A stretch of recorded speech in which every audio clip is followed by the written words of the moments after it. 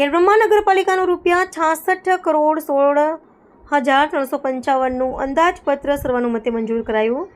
શહેરનો વિવિધ સ્તરે વિકાસ કરવામાં આવશે. ખેડબ્રહ્મા નગરપાલિકાનું વર્ષ 2026-27નું ₹66,16,355નું શહેરના સર્વાંગી વિકાસ અને નાગરિકોની સુખાકારીને ધ્યાનમાં રાખીને આજે વર્ષ 2026-27નું અંદાજપત્ર રજૂ કરવામાં આવ્યું છે.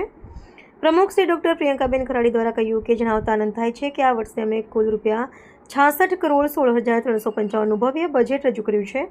આ બજેટની સૌથી મોટી વિશેષતા એ છે કે તમામ વિકાસ કાર્યોને વહીવટી ખર્ચને પહોંચી વળવા બાદ પણ આ બજેટમાં ₹5,72,79,366ની માતબર પુરાણ દર્શાવવામાં આવી છે. તેઓએ કહ્યું કે અમારું લક્ષ્ય ખેડબ્રહ્માને એક આધુનિક અને સુવિધાજનક શહેર બનાવવાનું છે.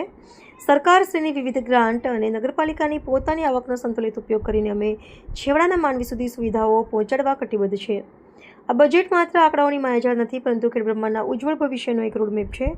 હું નગરપાલિકાના તમામ સદસ્યશ્રીઓ અને સ્ટાફનો આભાર માનું છું, જેમણે આ સંતુલિત બજેટ તૈયાર કરવામાં સહયોગ આપ્યો છે. રિપોર્ટર ચંદ્રશેખર ભાવસાર, ખેડબ્રહ્મા.